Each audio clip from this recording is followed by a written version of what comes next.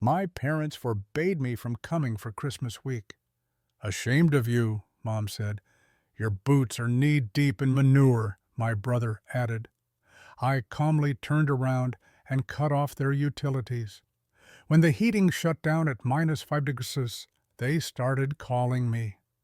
I knocked on the door, shifting the heavy grocery bag in my hand. Snow crunched under my boots. My coat smelled like hay and diesel, but that was just part of my life. The door opened. "Jake?" Mom stood there, tight-lipped. She hesitated, glancing over her shoulder. "Maybe this isn't the best time." I frowned. "Ain't Christmas dinner starting soon?" From inside, I heard my brother Ethan snort. "Yeah, for family." I blinked. "What?" Ethan appeared behind Mom, arms crossed over his fancy sweater. "Look, man, we talked it over, and you don't really fit in with what we got going on here." I stared at him. "I don't fit in?" Mom winced. "It's just, you always show up smelling like a barn, tracking in mud, wearing those same ripped jeans." "I own a barn," I said, deadpan. Ethan smirked. "Exactly." Something cold settled in my chest. I glanced past them. Inside, the house was warm, golden light spilling over a long dinner table covered in food. My niece and nephew were playing by the tree, their little faces bright with laughter. And here I was, standing in the freezing cold, being told I wasn't welcome. Mom sighed. "You understand, don't you, honey? We have guests, important ones, and it'd be easier if you—" "If I what?" I cut in. "Didn't embarrass y'all?" Ethan didn't even flinch. "Come on, Jake. You get it. You're still out there on that land, knee-deep in cow muck, while the rest of us moved up. We've got reputations to maintain." I huffed a laugh. "Unbelievable. I own more land than half the folks in this county," I said. "I make more money in a month than you do in a year, Ethan." "But sure, go ahead. Tell me how you're better than me." His smirk faltered, but Mom cut in quickly. "It's not about money, sweetheart," she said gently. "It's just, well, Ethan and his friends, they have a certain image. And, well, you're a little rough around the edges." I exhaled sharply through my nose. "Right," I said. "Got it." I shifted the bag in my arms, then, without another word, set it down on the porch. Inside were presents, expensive ones, thoughtful ones. I'd spent hours picking them out for these people. Then I turned and walked back to my truck. I sat in my truck, engine rumbling softly, phone pressed to my ear. "Yeah," I said, keeping my voice steady. "Shut off the electricity and water at 154 Old Mill Road. Name on the account, Jake Sullivan." The customer service lady hesitated. "Sir, are you sure? The temperatures are dangerously low this week." I exhaled, watching my breath curl in the cold air. "Yeah, I'm sure." She clicked away on her keyboard. "All right, the request has been processed. The shutdown will take effect in—" I hung up before she could finish. They didn't want me in their lives? Fine. Let's see how well they managed without my money.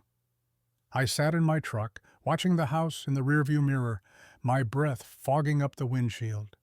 The Christmas lights still twinkled on the front porch, but inside, I knew my family was scrambling. I could already imagine Mom fumbling with the thermostat, Dad cursing under his breath as the power shut off, and Ethan was probably yelling at them to call me. My phone vibrated on the dashboard. Mom calling. I let it ring. Then another. Dad calling. Then another. Mom again. I finally picked up, putting her on speaker. "Jake, the power just went out." Mom's voice was frantic. I stayed quiet for a second, letting her panic settle in. "Yeah," I finally said. "That happens when you don't pay the bill." "What?" "You remember, Mom," I said evenly. "That contract you had me sign years ago, the one that put all the utilities under my name so y'all wouldn't have to deal with them? You said it'd be easier that way, remember? Since I had a steady income and Ethan was still figuring things out. You know, the same Ethan you just chose over me." "Jake, this isn't funny." she snapped. Your father and I need that power. I leaned back, gripping the wheel. Guess you should have thought of that before you told me I wasn't welcome for Christmas. Dad's gruff voice cut in. Son, this is childish. Just pay the bill and stop acting out. I laughed, shaking my head. Funny, that's what you always say, huh? Every time Ethan screws up, I'm the one who's got to fix it. Pay the bill, cover the damage, clean up his mess. And what do I get for it? Ain't a place for losers at the front door. Mom hesitated. Sweetheart, it's not like that. Isn't it? I shot back. I closed my eyes, and the memories flooded in. Ethan was always the golden one, the star athlete, the life of the party, the kid everyone adored. Meanwhile, I had to work for everything. When I got a scholarship to Texas A&M, Dad barely acknowledged it. When I saved up to buy my first truck at 19, Mom scoffed and said Ethan would have a real car one day. No matter how hard I worked, how much I earned, it was never enough to shake the image they had of me, the other son, the backup plan. And yet, when Ethan dropped out of college, racked up the debt, and couldn't hold a job, guess who they called? When his mortgage payments were late, when his kids needed school supplies, when he and Sarah couldn't afford Christmas presents, it was always, Jake can help, Jake makes good money, Jake will take care of it. And I did. Because deep down, I kept hoping that if I gave enough, if I did enough, maybe, just maybe, one day they'd see me the way they saw him. But tonight was the final nail in the coffin. You know what, Dad? I exhaled. You're right. I am done acting out. No more games, no more help, no more covering for Ethan. Jake, don't do this, Mom pleaded. I already did, I said, reaching for the ignition. And if I were y'all, I'd grab some blankets. Heard it's dropping to 15 tonight. And with that, I hung up. That night, they all had to sleep in the living room by the fireplace, wrapped in blankets, their breath visible in the cold air. The grand Christmas dinner they'd planned fell apart. Guests left early, muttering complaints as they pulled on their coats, shaking their heads at the disaster unfolding before them. The perfectly decorated table, the expensive dishes Mom had spent days preparing, all of it sat untouched because no one wanted to eat in a freezing house. Ethan's kids were sent to the neighbor's house for the night, bundled up and whining, not understanding why they couldn't stay home. Even Sarah, his wife, had gone quiet, offering no words of comfort as she watched her husband pace angrily by the fireplace. Mom sat with a thick blanket draped over her shoulders, staring at the dying embers with an exhausted expression. Dad sipped at his drink in silence, jaw clenched so tightly it looked like he might break a tooth. This is ridiculous, Ethan finally snapped, running a hand through his hair. He wants to act like a spoiled brat? Fine. But dragging the whole family into this? Who does he think he is? Enough, Ethan, Mom sighed, rubbing her temples. We just need to talk to him in the morning. He wouldn't actually leave us like this. He just wants attention. Dad grunted. Boy always had a chip on his shoulder, always had something to prove. Ethan scoffed. Yeah, well, he proved it. Merry Christmas. Morning came, and my phone rang. Mom calling. I let it ring. Then Dad. Then Mom again. I took my time, enjoying the warmth of my house, sipping my coffee as I stared out over my land. The cattle didn't care about Christmas drama. The ranch kept running, just like it always did. A few minutes later, a text popped up from Ethan. You happy now? You ruined Christmas. Hope it was worth it. I chuckled, shaking my head. Yeah, it was. Then another call. This time, I picked up. Jake, Mom's voice was hoarse, exhausted. Do you know what you've done? We spent the whole night freezing. The kids had to go to the neighbors. The guests all left early. You ruined Christmas. I let the silence stretch for a second, then took another slow sip of my coffee. I didn't ruin anything, I said finally. I just stopped paying for it. Dad's voice came next, sharp and cold. Enough of this nonsense. You've made your point. Now turn the power back on." I smirked. "No." Mom let out a shaky breath. "Jake, please, you can't just do this to your own family." I barked out a short laugh. "Family?" I echoed. "That's rich, coming from the people who locked me out on Christmas Eve. Guess that only counted when y'all were the ones doing it, huh?" "You're being dramatic," Mom tried. "Am I?" I shot back. "Because from where I'm sitting, all I did was finally treat y'all the way you treat me." "You know well, that's not true," Dad growled. I leaned back in my chair, stretching out my legs. "All right, let's go over this real slow then," I said, my voice smooth and even. "You needed someone to handle the bills? I did it. You needed the heat fixed? I covered it. You needed someone to make sure Ethan's kids had a good Christmas every single year. That was me too. And what did I get for it? What did I get for all those years of taking care of this family?" Silence. "That's right," I muttered. "Not a single thing except a door slammed in my face." Mom sniffled on the other end of the line. Then Ethan spoke, his voice venomous. "You think this is funny?" he spat. "You embarrassed us in front of everyone. You just had to make a scene, didn't you?" "I wasn't even there," I reminded him. "Y'all were the ones making a scene. I just finally let you deal with the consequences." "You're completely insane," he hissed. "What kind of brother does this?" "The kind that got tired of being used," I said simply, taking another sip of coffee. Ethan cursed quietly. I could hear Mom trying to stifle another sob, Dad muttering something about me being stubborn and ungrateful. I smiled to myself. "Merry Christmas, y'all," I said. Then I hung up. I tossed my phone onto the table and leaned back in my chair, exhaling slowly. The silence in my house was peaceful. No yelling, no guilt-tripping, no expectations. Just me, my coffee, and the warmth of my fully functioning heating system. It was a stark contrast to the chaos I imagined was still unfolding at my parents' place. Ethan's text popped up in my mind. "You happy now? You ruined Christmas. Hope it was worth it." Was I happy? Not exactly, but I wasn't unhappy either. For the first time in years, I felt free. I got up, pulled on my boots, and stepped outside. The air was crisp, the kind of cold that bit at your skin, but felt refreshing when you breathed it in deep. The ranch stretched out before me, covered in a thin layer of frost. The cattle were gathered by the feeding troughs, their breath rising in misty clouds. They didn't care about family drama.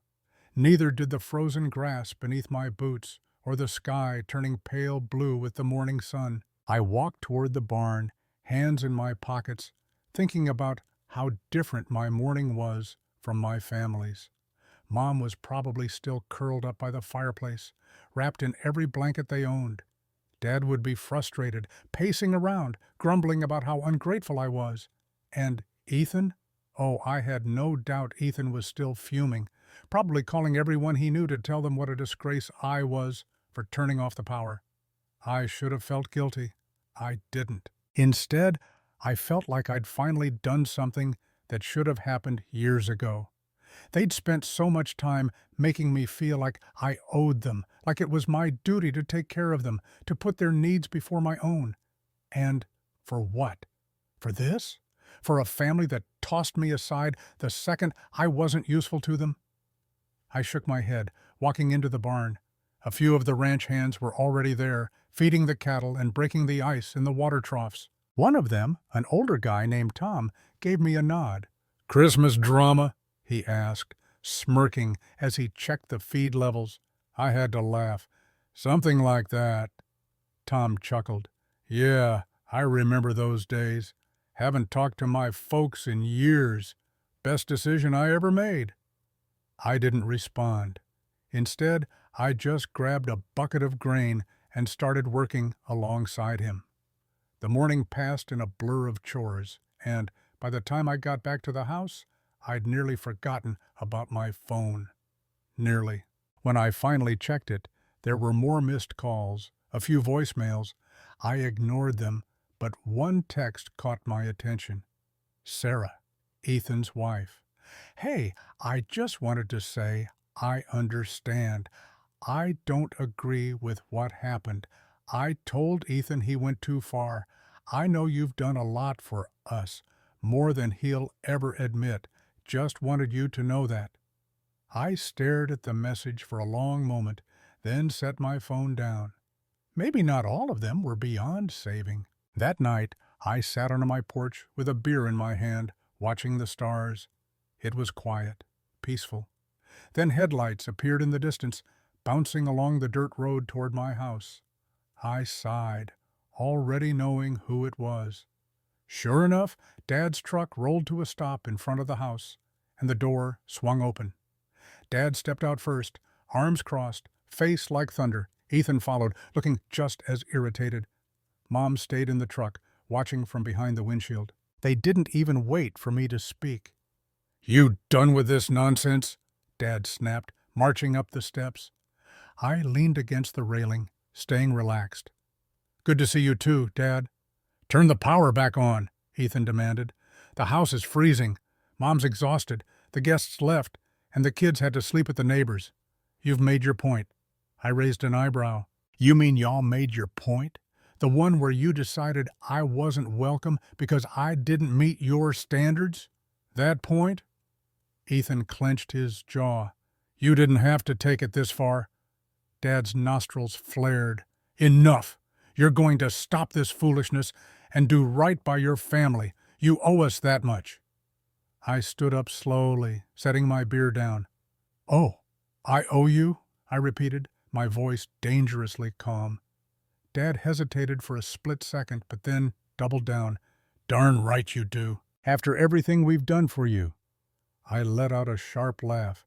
"Everything you've done for me?" Ethan crossed his arms. "Yeah, Jake. We raised you. We made sure you had food, clothes, a roof over your head. And this is how you repay us?" I exhaled, shaking my head. "Wow, you really believe that, don't you?" He frowned. "You think feeding your own kid and putting a roof over his head is some grand favor?" I asked, my voice low. "That's called being a parent, Ethan. It's the bare minimum. You don't get a standing ovation for that." Silence.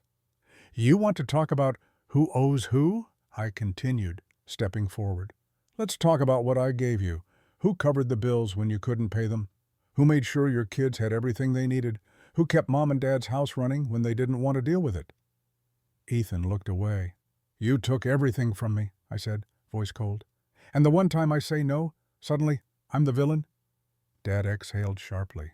"Jake, son, you're making this bigger than it needs to be." I shook my head. "No, I'm finally making it the right size." Mom finally stepped out of the truck, her eyes tired, voice soft. "Sweetheart, please, we don't want this to be the way things are." I turned to her. "You don't want this?" I asked, and for the first time, my voice wavered slightly. "I didn't want this either, but y'all made it real clear where I stand in this family, and I finally got the message." She looked like she wanted to cry. Dad sighed. "So what? That's it? You just cut us off, leave us in the cold?" I met his eyes. "I finally learned that you only love me when I'm useful to you." I paused, shaking my head. "And I ain't interested in that kind of love anymore." Ethan muttered a curse under his breath. Dad exhaled sharply. Mom just whispered, "Jake?" I walked past them toward the front door. Before stepping inside, I turned back one last time. "Merry Christmas," I said. Then I shut the door. I didn't check my phone the next day. Didn't need to. I already knew how it would go. Mom crying, Dad fuming, Ethan cursing my name to anyone who'd listen. Same old story, different day. But by midday, when I stepped out onto the porch, I spotted something I hadn't expected. Ethan's truck. He was parked at the end of my driveway, pacing in the cold, hands clenched into fists, breath coming out in sharp clouds like he was working himself up for something. I sighed, grabbed my jacket, and walked toward him. "You lost?" Ethan turned sharply, eyes wild. "You think this is funny?" I folded my arms. "Depends what part." He took a step closer, his whole body tense. "You ruined my life." That almost made me laugh. "Oh, and here I thought I just stopped paying for it." Ethan clenched his teeth. "You don't get it, do you? Sarah took the kids and went to stay with her parents. She said she's tired of the stress and needs space. She thinks I'm a screw-up, Jake. Because of you." I raised an eyebrow. "Because of me? Or because she finally saw what I've been seeing my whole life?" His face went red. "I lost everything, and I lost years taking care of a grown man who never once said thank you," I shot back. "Forgive me if I don't feel sorry for you." Ethan was breathing hard, shoulders rising and falling like he wanted to fight me right there in the dirt. I tilted my head. "Go on then," I said. "Take a swing. See if that fixes your problems." For a second, I thought he actually would. His fists clenched so tight his knuckles turned white. But he didn't, because deep down he knew he needed me more than I ever needed him. His shoulders sagged. "Just turn it back on, man," he muttered. "Fix this." "No." He looked up sharply. "No." "You heard me," I said. "I'm done cleaning up your mess." His face twisted in frustration. "We're family." I let out a short laugh. "Funny how that only matters when you need something." Ethan opened his mouth, then shut it. For the first time in his life, he didn't have a comeback. He just stood there, his anger shifting into something else. Panic. Because this time, he realized I wasn't bluffing. "You don't mean this," he said, shaking his head. "You can't." "I do," I said simply. "And I can." The wind picked up, biting through our coats. Ethan looked away, scuffing his boot against the dirt. "Dad's really mad," he muttered. "Mom won't stop crying." I exhaled through my nose. Not my problem anymore. His head snapped back up. "It is your problem. You're the reason they're suffering." I scoffed. "No, Ethan, you are. You and Dad with your arrogance, Mom with her excuses. You're all real good at pointing fingers, but not one of you ever stopped to ask why I had to be the one keeping everything together in the first place." Ethan ran a hand down his face, his frustration boiling over. "Fine. You want me to say it? You were the responsible one, the one who worked hard, the one who actually had money. That's why it was your job to help." I narrowed my eyes. "No, Ethan. That's why it was easier to dump it on me. Doesn't mean it was right." Silence. The weight of my words seemed to hit him then. His breathing slowed. His shoulders dropped. He knew I was right. Finally, he let out a bitter laugh. "You know, Dad always said you had a chip on your shoulder, that you were jealous of me." I huffed a quiet laugh. "Jealous of what? The handouts? The constant failures? The way Mom and Dad treated you like the second coming of Christ no matter how bad you screwed up?" Ethan flinched. I shook my head. "Nah, I was never jealous of you, Ethan. I pitied you." His jaw tightened. "You really mean that?" "I do," I said. For a long moment, he just stood there, staring at me, as if trying to recognize the brother he once knew. The one who always caved, always forgave, always took the fall. But that Jake was gone. Finally, he exhaled and took a step back. "Fine," he muttered. "You want to do this? You want to walk away?" "Already did." Ethan looked like he wanted to say more, but instead he just shook his head, turned, and climbed into his truck. The tires kicked up dirt as he peeled out, disappearing down the road. I didn't watch him go.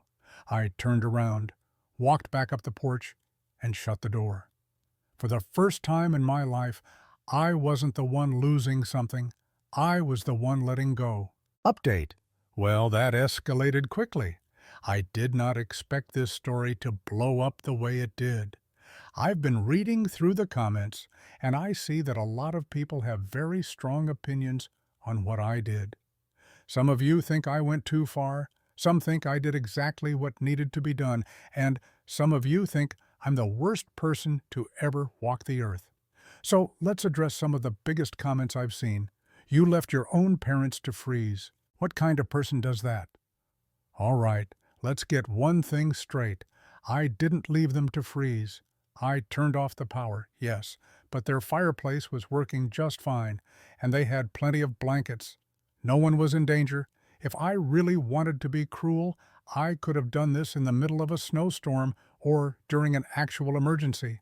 Instead, I chose to do it when they had plenty of options.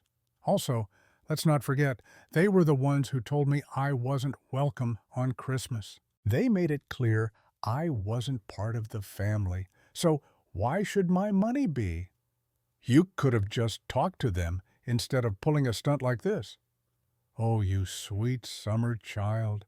Do you really think I never tried to talk to them? I spent years trying to set boundaries, trying to explain that I wasn't an ATM, trying to tell them I couldn't keep covering everything. You know what happened every single time? I was met with guilt trips, manipulation, and empty promises that things would change. You know what finally made them realize I was serious? This. They didn't care when I was exhausted from work, struggling to balance my own expenses. But the moment they had to experience even a fraction of what I dealt with for years, suddenly it was a crisis. You should have just cut them off permanently instead of playing games. I get why some people feel that way. But here's the thing, I didn't want to cut them off forever.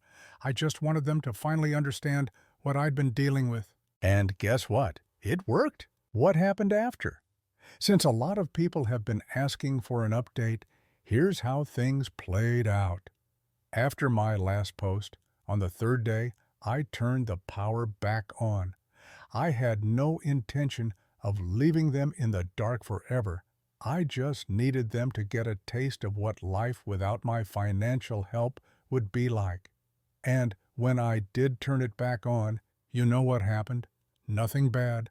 No one went bankrupt. No one lost their house. You know what actually happened? They simply adjusted. Turns out my parents did have enough money to cover the bills. They just didn't want to. They'd been using my money to afford luxuries while letting me handle the boring essentials like heating and electricity.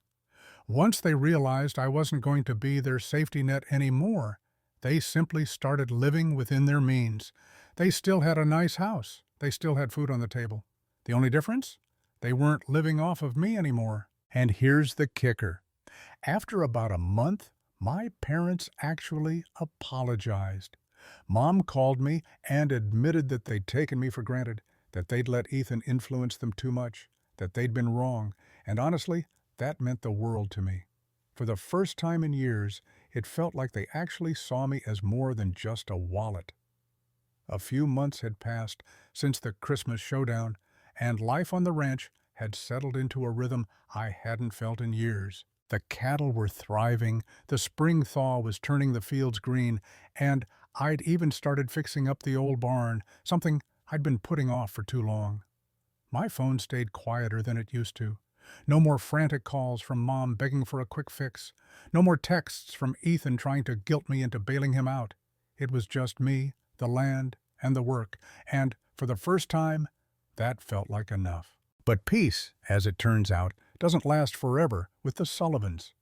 It was late April, April 25th, 25 to be exact, when I got a call from Sarah. Not Ethan, not Mom, not Dad, Sarah. I was out by the feeding troughs, breaking up a bale of hay, when my phone buzzed in my pocket. I wiped the sweat off my brow and picked up, half expecting bad news. "Jake?" Her voice was soft, hesitant, like she wasn't sure she should have called. "Hey, Sarah," I said, leaning against the fence. "Everything okay?" She paused, and I could hear the kids in the background, little Emma, 6, and Noah, 4, laughing over something. "Yeah, they're fine," she said, catching my unspoken question. It's about Ethan." I sighed, already bracing myself. What did he do now? He's been drinking, she said quietly. A lot. Ever since Christmas, it's gotten worse. He's not working much, just odd jobs here and there. And last night, he didn't come home. I frowned, kicking at the dirt with my boot. He okay? I don't know, she admitted.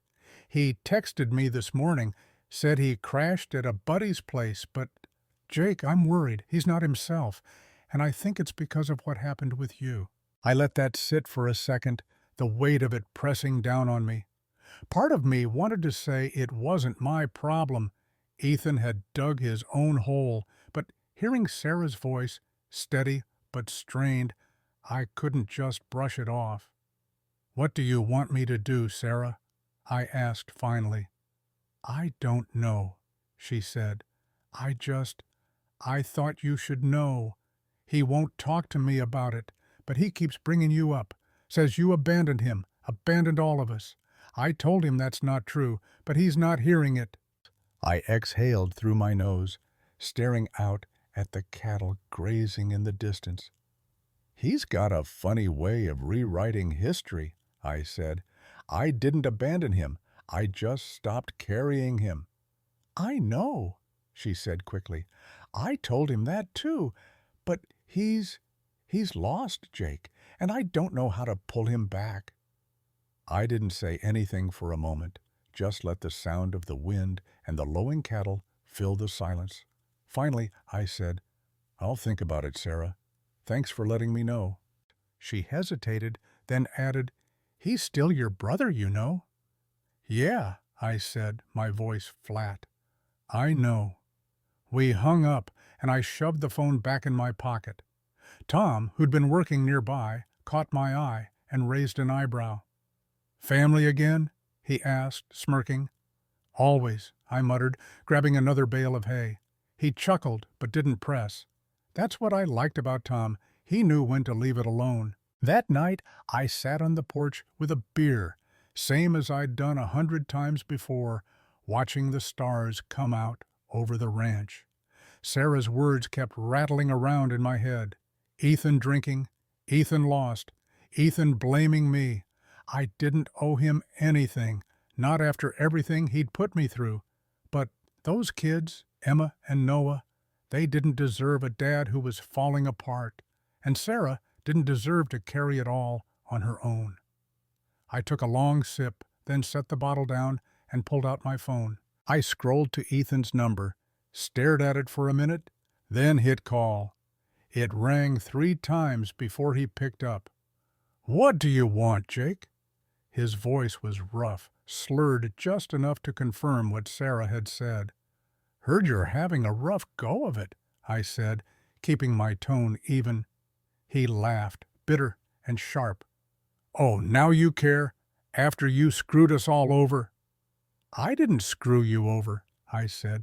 I stopped letting you screw me over. Big difference. Whatever helps you sleep at night, he snapped. What's this about? You calling to gloat? No, I said. I'm calling because Sarah's worried, and because your kids don't need to see you like this. He went quiet, and I could hear him breathing hard on the other end. Don't bring them into this, he said finally, his voice low. Too late, I said. They're already in it.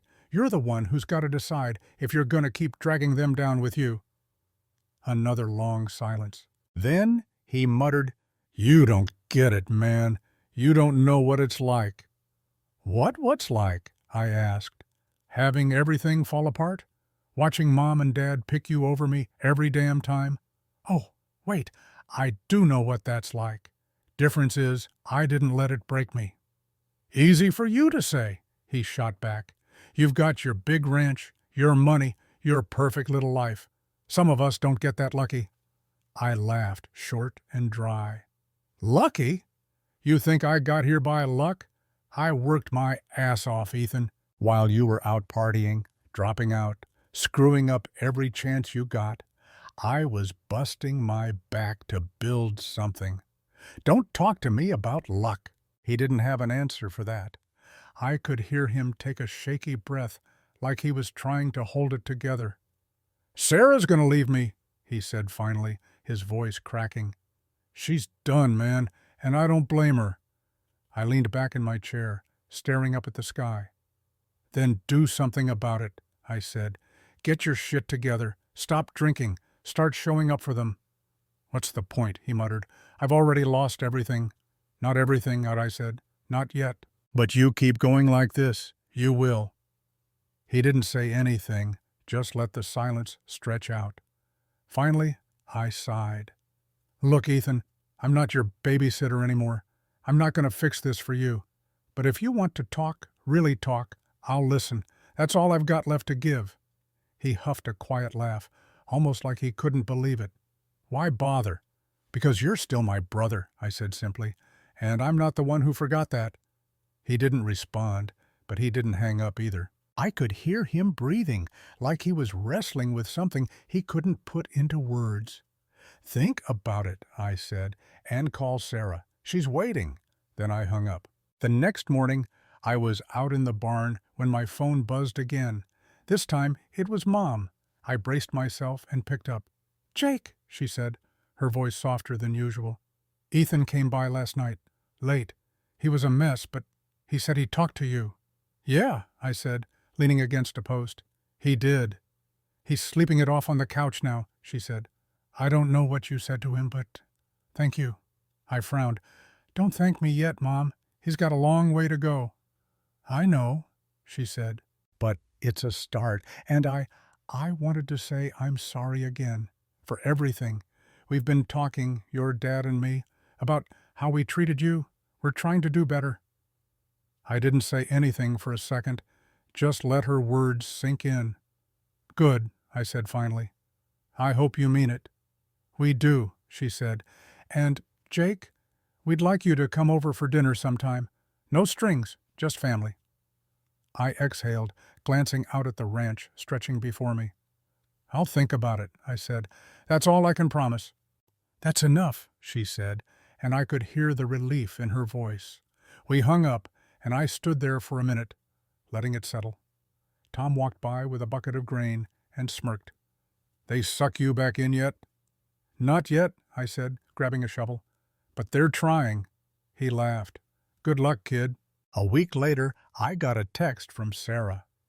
"Ethan checked into a program. 30 days. He's trying. Thank you, Jake." I stared at the message, then set my phone down. I didn't know if he'd stick with it.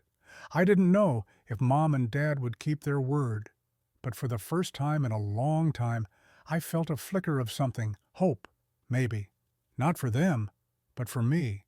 Because no matter what they did, I'd built something solid out here. Something mine. And that was worth more than all their apologies combined. Weeks turned into months, and summer rolled over the ranch like a warm blanket. The days grew long, the cattle fattened up, and I found myself settling into a life that felt more mine than ever. Ethan stuck with the program. 30 days turned into 60, then 90. Sarah kept me updated, her texts short but steady. "He's doing better. He's sober today. He asked about you." I didn't reply much, just a quick "good to hear" now and then. I wasn't ready to play Big Brother again, not yet, but I was listening. It was late July, the air thick with heat and the hum of cicadas, when Mom called again. "Jake," she said, her voice brighter than I'd heard in years. "We're having a barbecue tomorrow. Nothing fancy, just us, Ethan, Sarah, the kids. We'd really love it if you came." I leaned against the porch railing, watching the sun dip below the horizon, painting the sky orange and pink. "No strings?" I asked. "No strings," she said firmly. "Just family. And Ethan's been asking to see you. He's got something to say." I exhaled, running a hand through my hair. "All right," I said. "I'll be there." She paused, like she couldn't believe it. "Really?" "Yeah, Mom," I said, a small smile tugging at my lips. "Really." The next day, I pulled up to their house in my truck, the familiar crunch of gravel under the tires, bringing back a flood of memories, some good, some not. The front yard was strung with fairy lights, a folding table set up with a checkered cloth, and the smell of ribs and burgers wafting from the grill. Dad was flipping meat, his old baseball cap pulled low, while Mom fussed over a bowl of potato salad. Emma and Noah were chasing each other around the oak tree, their laughter cutting through the evening air. And there, by the cooler, stood Ethan, thinner than I remembered, but steady on his feet, a bottle of soda in his hand instead of a beer. I stepped out, and Mom spotted me first. "Jake," she called, hurrying over with a smile that reached her eyes. She pulled me into a hug, tight and real, and I hugged her back. Dad gave me a nod from the grill, a gruff, "Good to see you, son," that carried more weight than he'd ever admit. Sarah waved from the table, her face soft with relief. And then there was Ethan. He looked up, met my eyes, and for a second neither of us moved. Then he walked over, slow but deliberate. "Hey," he said, his voice rough but clear. "Hey," I said back, folding my arms. He shifted his weight, glancing down at the ground, then back up at me. I owe you an apology, a big one." I raised an eyebrow but stayed quiet, letting him talk. "I was an ass," he said, scratching the back of his neck. "For years, I took you for granted, leaned on you when I should have been standing on my own. And when you finally stopped, I blamed you instead of looking at myself. That was wrong. I'm sorry, Jake." I studied him, searching for the old Ethan, the one who'd dodge accountability with a smirk. But he wasn't there. This was someone new, or maybe someone he'd always been underneath it all. "You mean that?" I asked. "Yeah," he said, nodding. "I do. Took me a while to figure it out, too long, but I'm trying to make it right. Not just with you, but with Sarah, the kids, Mom and Dad. I don't expect you to trust me overnight. Just, I wanted you to know." I let his words hang there, the hum of the barbecue and the kids' laughter filling the space. Then I nodded. "Appreciate it," I said, "and I'm glad you're doing better." He exhaled, like he'd been holding his breath. "Thanks. Means a lot, coming from you." Before I could say more, Emma ran up, tugging at my hand. "Uncle Jake, come see the fort we built." She dragged me toward a lopsided pile of sticks and blankets by the tree, Noah trailing behind with a grin. I let them pull me along, glancing back at Ethan. He smiled, a real one, not the cocky smirk I was used to, and followed us over. The night unfolded easy and slow. We ate until we couldn't move, the table piled high with ribs, cornbread, and Mom's famous peach cobbler. Dad told old stories about his days on the road as a trucker, making us laugh until our sides hurt. Sarah and Mom traded recipes, while Ethan and I sat by the fire pit, watching the flames dance. "You ever think about getting out of the ranch game?" he asked, sipping his soda. I shook my head. "Nah, it's who I am." "You ever think about getting back into carpentry?" He shrugged, a small smile playing on his lips. "Maybe. Got a job lined up next month. Small stuff, but it's a start." "Good," I said. "You were always good with your hands when you weren't screwing around." He laughed, a real laugh, and for the first time in years, it didn't feel like there was a wall between us. As the stars came out, Mom pulled out her old guitar, something she hadn't done since we were kids, and strummed a few chords. Emma and Noah begged her to play Sweet Home Alabama, and she obliged, her voice wobbly but warm.